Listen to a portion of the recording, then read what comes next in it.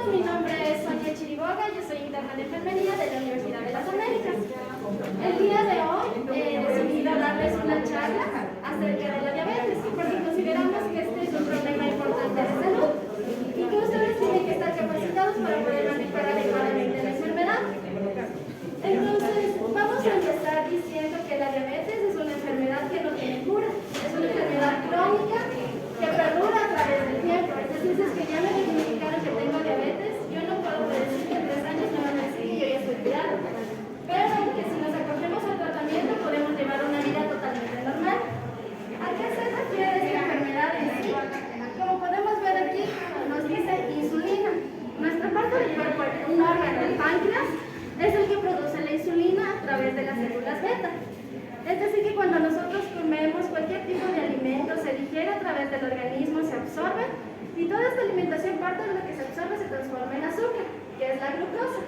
Esta glucosa va a ir a través del torrente sanguíneo, y es aquí cuando se activan estas células receptoras, estas células que le dan el mensaje al páncreas para que se libere la insulina. Normalmente esto sucede, y ¿qué pasa? Que la insulina funciona como un medio de transporte, como un carrito. Entonces va y le recoge la glucosa, que está en todo el torrente sanguíneo, y lo que hace es que lleva esta glucosa a la célula, a todas las diferentes células de todo nuestro organismo, para que realicen cualquier tipo de actividad, sea a nivel respiratorio, neurológico, sensorial, todo lo que nuestro cuerpo requiere para utilizar esta energía para realizar cualquier actividad. Esto sucede normalmente, pero ¿qué pasa cuando tenemos diabetes? Existen 3 tipos de diabetes. Diabetes tipo 1, la cual no es un rasgo total, pero podemos decir que más se asemeja o se la conoce también como una diabetes juvenil, porque se la diagnostica entre edades que van entre los 17 y 25 años, y se asemeja que esta diabetes, por contextura de la persona, en la contextura de la persona es delgada, pero tampoco es un determinante que tiene que ser por sí así tal cual. ¿En qué se basa este tipo de diabetes? Es más bien un tipo de diabetes que tiene mucha predominancia a nivel genético. Lo que sucede es que en este caso el páncreas, como habíamos visto, no produce la insulina, o a su vez produce muy eficiente insulina. ¿Y qué pasa? Que existe en nuestro sistema inmunológico, reconoce esta insulina como un agente externo y que hace que lo ataque. O sea, se come esta insulina y por tanto ya no tenemos insulina en nuestro organismo para que pueda transportar a la glucosa. Eso va a provocar que existan altos niveles de glucosa en nuestra sangre y por tanto tengamos diabetes o hiperglucemia. Existe también la diabetes tipo 2, que se asemeja como una diabetes para adultos, en donde los rangos para establecer este tipo de diabetes van desde los 55, 50 en adelante. Sin embargo, tampoco es una determinante porque también se diagnostican a pacientes que tienen edades menores a este rango. Se asemeja mucho a pacientes obesos, sí, porque este tipo de pacientes tienen ya una... Antes de eso, hay que recalcar que en la diabetes tipo 2, el páncreas sí produce insulina. En la diabetes tipo 1 no produce insulina, en la diabetes tipo 2 sí produce insulina. Pero ¿qué pasa? Por ejemplo, en los pacientes que son obesos, estos pacientes por ser obesos va a provocar que, por ejemplo, yo como mucho, es más, si yo no tengo una alimentación adecuada, como mucho azúcar, como demasiado, ¿qué va a hacer el estómago? Va a digerir demasiada comida y a nivel de todo nuestro torrente sanguíneo va a haber demasiada azúcar. El páncreas produce la insulina, pero esta cantidad de páncreas no va a abastecer para abarcar toda esta glucosa que existe en el organismo. Y por tanto yo voy a tener una diabetes. Entonces, si yo no tengo una correcta alimentación y no como lo que es lo adecuado, voy a tener una insulina insuficiente para poder abarcar toda esta glucosa que yo me estoy comiendo. Igualmente se refiere a una resistencia de la insulina. Esto también tiene que ver con los receptores a nivel celular, en donde no captan o no identifican la glucosa y no permiten que ingrese a la célula. Y esto está dado por diferentes factores de riesgo, como ya vamos a ver a continuación. Entonces, estos dos, y también hay que recalcar la diabetes mellitus gestacional, que básicamente se da en un periodo de gestación y se diagnostica a partir de la semana 28, porque es donde más producción hormonal existe. No se preocupe. Entonces, esto se caracteriza porque a nivel de la placenta se da mucha producción de hormonas. Y esto altera el metabolismo en sí, desde lo que es la aplicación de la insulina y provoca. Pero ¿qué pasa? Que cuando yo tengo predeterminantes, por ejemplo, tengo familia que haya tenido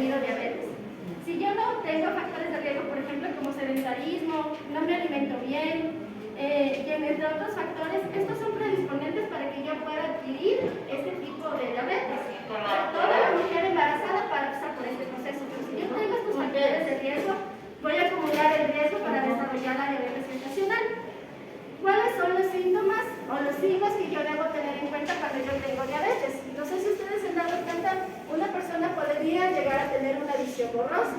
Y esto porque el exceso de glucosa a nivel del torrente sanguíneo hace que se acumule la glucosa y se nos nuble la visión. Otro de los síntomas son polidipsia, es decir, que yo tengo un exceso, tengo demasiada sed. Y esto viene acompañado con la poliuria, porque yo tengo sensaciones o tengo muchas ganas de ir a orinar. Orino frecuentemente y por eso, como un factor de recompensación, mi cuerpo que me está pidiendo más agua. Entonces necesito tomar más agua. De igual manera, la polifagia, que quiere decir que yo tengo mucha hambre. Tengo sensación de comer. ¿Y esto por qué? Porque si yo tengo la glucosa acumulada en todo mi organismo y no se está receptando, o sea, mi cuerpo no está aceptando esta glucosa, es como si no estuviera pasando el proceso de alimentación, o sea, no me estoy alimentando, entonces por tanto mi cuerpo me está pidiendo más comida para requerir todas las actividades energéticas que mi organismo requiere. Otra de las sensaciones es que yo me voy a sentir cansado, me voy a sentir débil, y es porque obviamente no tengo esta glucosa o esta energía para poder realizar mis actividades, están acumuladas en mi torrente sanguíneo. Y también vamos a presentar sensación de hormigueo a nivel de manos, de pies, porque existe a nivel del sistema vascular una acumulación de glucosa que hace que se estrechen los vasos sanguíneos y tenga este entumecimiento. Entonces, si ya empezamos a presentar estos síntomas, es importante que acudamos al médico. No siempre, por ejemplo, la diabetes mellitus 2 no es siempre perceptible al primer momento, o sea, no tiene síntomas. Se diagnostica ya cuando empezamos a tener síntomas o ciertos tipos de características, como ya les enseñé, como ya les mostré. Entonces, ¿cuáles pueden ser las causas para adquirir este tipo de diabetes? Pueden ser genéticas, como ya les dije, si mi papá, mi abuelito, mi familia, antecedente tiene diabetes, no quiere decir que yo la voy a tener sí o sí, pero es un factor predominante si yo no me cuido a futuro de tener diabetes. Mi abuelito, mi tío, ellos, por ejemplo, tuvieron diabetes y murieron por diabetes. Entonces yo estoy predominante a tener diabetes, pero si yo llevo una alimentación inadecuada, si como mucho azúcar, mucha grasa, si no hago ejercicio, eso me predispone aún más para yo desarrollar diabetes.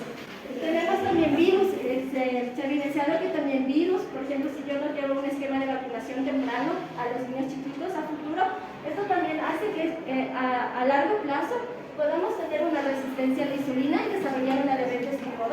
Muchísimas gracias. La leche de vaca, igualmente, no es recomendable alimentar a los niños, a los recién nacidos de 3-4 meses con leche de vaca, porque esta leche tiene un componente que igualmente provoca que se dé una resistencia a la insulina.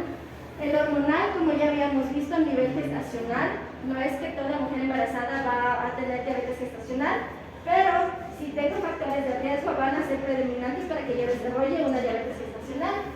Y también los hábitos alimenticios. Esto es muy importante. Los hábitos alimenticios me van a hacer que yo desarrolle una diabetes mellitus. Entonces, hay que tener en cuenta esto. Entonces, ¿cómo hacemos el diagnóstico? Aquí les he puesto una tablita. Si es que ustedes alguna vez han hecho un examen de sangre de glucosa y les ha dado valores que van del 70 al 100, yo puedo decir que me encuentro en valores óptimos, 60 a 100 en unidades miligramos sobre decilitro. Si yo abarco valores que van del 100 al 125, yo tengo prediabetes, o sea, un pasito más para poder desarrollar diabetes. Aquí es importante aplicar medidas de alimentación y ejercicio para poder reducir estos niveles de glucosa y no avanzar al siguiente cuadro, que es la diabetes, en donde se encuentran valores de 126 a 160 en adelante. Entonces, ¿cuáles son los medios diagnósticos? Son simplemente análisis de sangre, por ejemplo, una glucosa en ayunas, es decir, que yo debo haberme mantenido 8 horas antes sin haber comido, acudo a donde el médico, me hacen mi examen de sangre y yo reporto valores que, por ejemplo, si están mayores o iguales a 126 miligramos sobre decilitro, yo ya soy diabético, porque estoy en ayunas, se supone que en ayunas no tengo nada, no he ingerido nada, entonces no tenía que reportar valores inferiores a 160.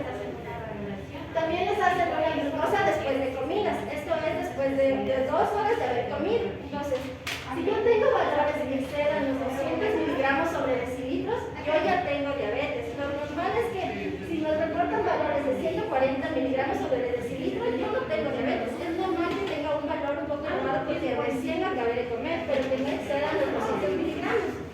Y también tenemos la hemoglobina glucosilada, que se mide en porcentaje, que es una prueba un poquito más detallada que nos ayuda a determinar el nivel de glucosa que tiene nuestro organismo, pero en los últimos 3 meses. Entonces nos ayuda a ver como que el historial para ver cómo está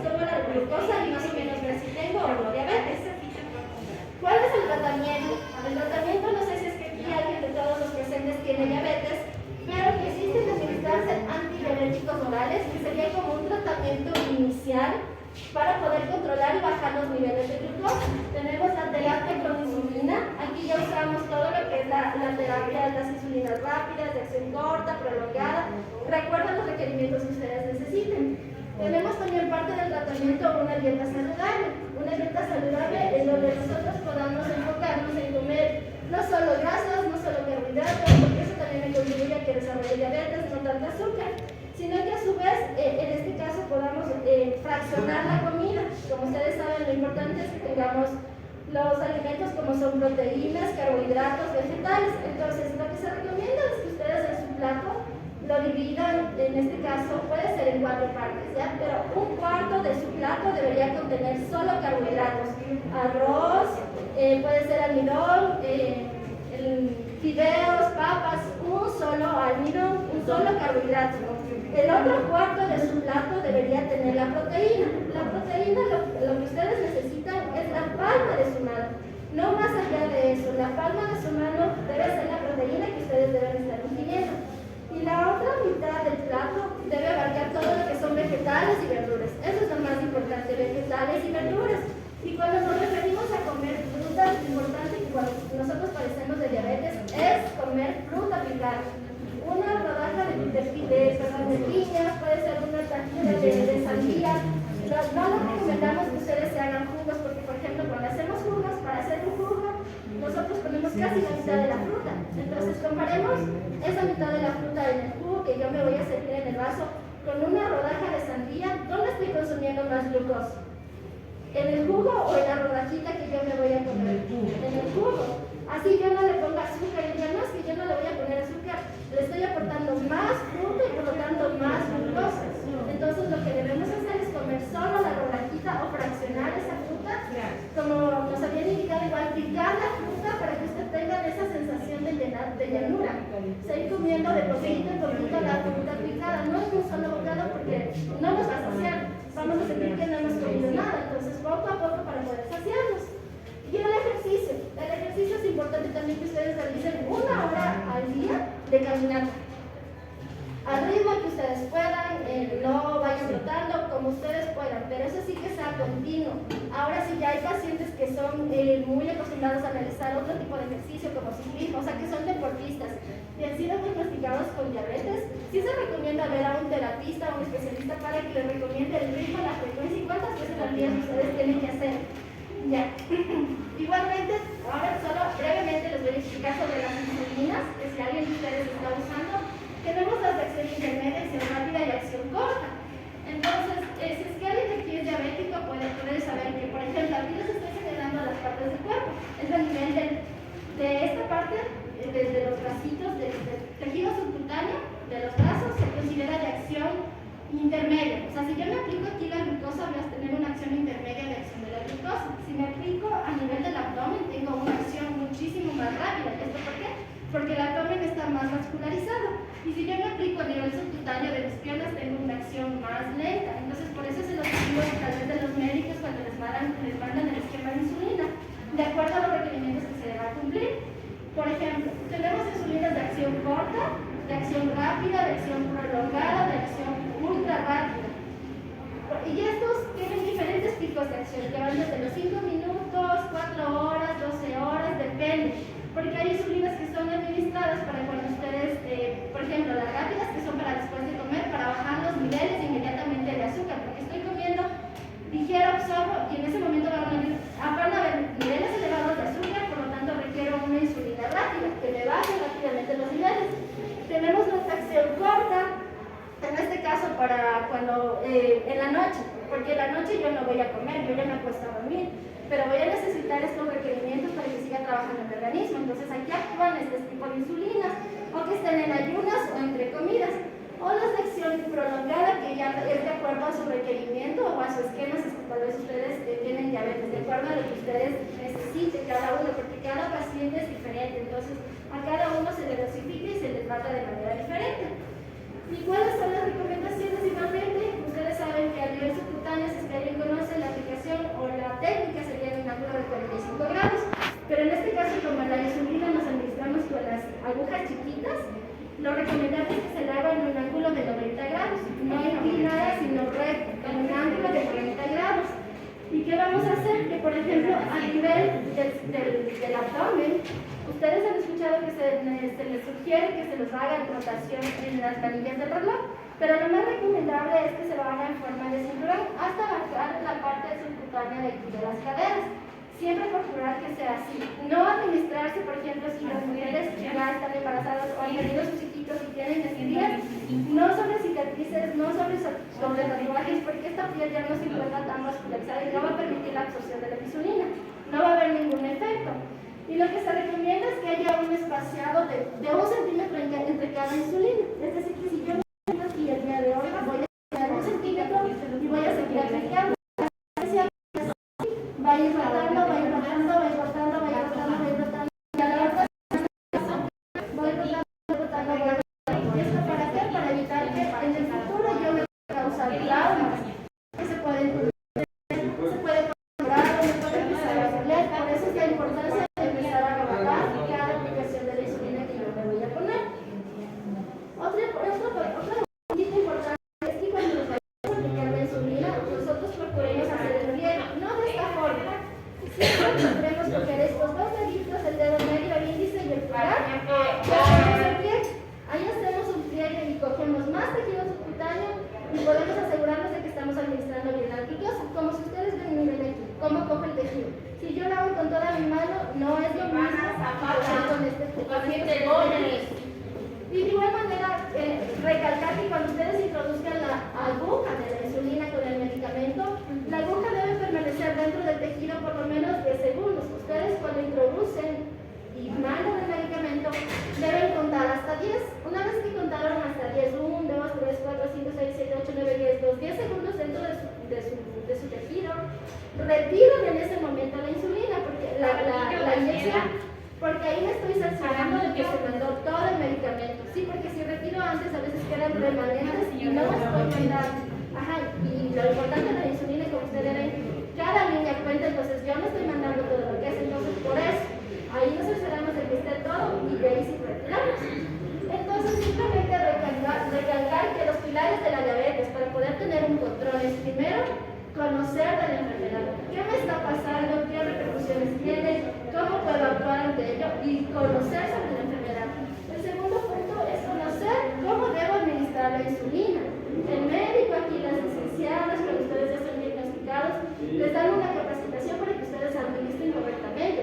Porque de qué vale que el médico me dé la administración exacta, que nos manden el medicamento, pero si yo hago una incorrecta administración, no va a servir de nada el tratamiento, porque si yo necesito una insulina rápida y me administro igualmente en esta área donde es la administración mucho más rápida, depende de su esquema, ¿ya? Pero si no sigo los lineamientos no voy a tener un tratamiento eficaz y no voy a tener los resultados terapéuticos que debería tener con la administración de la insulina. El tercer punto, el pilar importante, es tener un estilo de vida saludable. Recordar la alimentación. No se restringe que coman los alimentos, sino que sean más fraccionados, y lo recomendable es que comamos 5 veces al día, ¿sí? Para no tener esta sensación de hambre, y cuando llego con esta sensación de hambre como de todo y como de más y no me estoy nutriendo. Entonces lo importante es 5 veces al día y tener un automonitoreo, es decir, cómo me voy a monitorear para yo saber si estoy manejando bien mi glucosa, y esto es a través del glucómetro, ¿sí? Cuando ustedes hacen la toma de muestra con la glucosa, lo importante es que tomen la toma de la glucosa en estos 3 deditos, porque generalmente estos somos los que más usamos. ¿Y qué pasa? Que tienden a formarse velocidades o nos duele. Entonces lo recomendable es hacerlo en los 3 dedos en las zonas laterales, no aquí, porque si nos pinchamos aquí en la parte de la frente, empezamos a perder la huella, se empiezan a formar callosidades y no es lo recomendable. Entonces siempre a los lados de los dedos, en los 3 últimos dedos. Y antes de que vayamos a tomar la muestra de la glucosa, si es que estamos fríos, no hay una buena circulación, si nos vemos las manos moradas, empezamos a frotar para que haya circulación.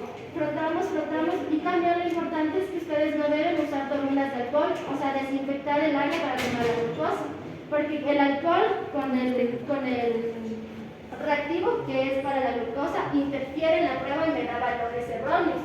Entonces nunca voy a limpiar con alcohol, voy a tomar directamente la muestra con el glucómetro y después de eso sí limpio. Y como una recomendación, si ya se pincharon y tomaron la muestra en el glucómetro, todavía no se hagan la limpieza hasta que vean que aparezca su valor en el glucómetro, porque a veces puede que tomemos más la muestra Y si ya nos limpiamos, no podemos volver a tomar, tendríamos que volver a pinchar. Entonces, si ya ven que tal vez les falló, podrían volver a tomar otra gota de sangre y ahí sí proceder a limpiar. Eso, y esas serían como los pilares. Y también para que ustedes tengan en cuenta que si es que yo no me cuido y no llevo a cabo todo este tratamiento, ¿cuáles serían mis complicaciones? Puedo desarrollar problemas a nivel de encefalopatías, problemas a través de lo que son también retinopatías diabéticas, es decir, que yo no solo me puede provocar visión borrosa, sino que a futuro puedo quedarme ciego, porque el exceso de glucosa, eso me provoca que existe estrechamiento en todos los vasos sanguíneos, y a nivel del ojo me provoca que haya como el estrechamiento, fugas de sangre, esto me provoca una ceguera. Igualmente tenemos nefropatías diabéticas, igualmente dado por la acumulación de glucosa, porque tanto exceso de estas células, de estos componentes, hacen que se filtre, pero llega un punto en que el riñón ya no puede trabajar adecuadamente, entonces a futuro me puede provocar daño renal, insuficiencia renal si yo no me cuido adecuadamente. De igual manera tenemos una enfermedad arterial periférica que viene asociada con el pie diabético. Como les dije, uno de los síntomas es la sensación de hormigueo, entumecimiento. A nivel de los pies yo ya lo empiezo a sentir. O sea, si me pinchan, si está muy caliente, yo ya lo empiezo a sentir porque esta sensación se empieza a desaparecer por tanta acumulación de glucosa. Entonces, por ejemplo, ahí es que les recomendamos que visiten constantemente a un podólogo, porque puede ser que tenga una herida, un lastimado en el pie, y como yo no siento, no me percato, eso puede empeorar. Se puede transformar en úlcera y si no es tratada adecuadamente y a tiempo puede transformarse en una gangrena y por lo tanto tiene que hacer una amputación. Entonces esto vemos muy continuamente que sí sucede, entonces lo recomendable es actuar a tiempo, prevenir, conocer y si en algo no estamos seguros, aquí está el personal capacitado para que ustedes puedan recibir toda la información necesaria para que puedan llevar adelante su vida. Y como aquí les he puesto, tener diabetes controlada te da calidad de vida. Sí, yo tengo diabetes, eso no significa que mi vida acabó, que ya no puedo hacer nada. Si yo me la controlo sigo y me apego al tratamiento, todo el panorama gris que podemos hacer que se ve, no nos va a afectar. Entonces,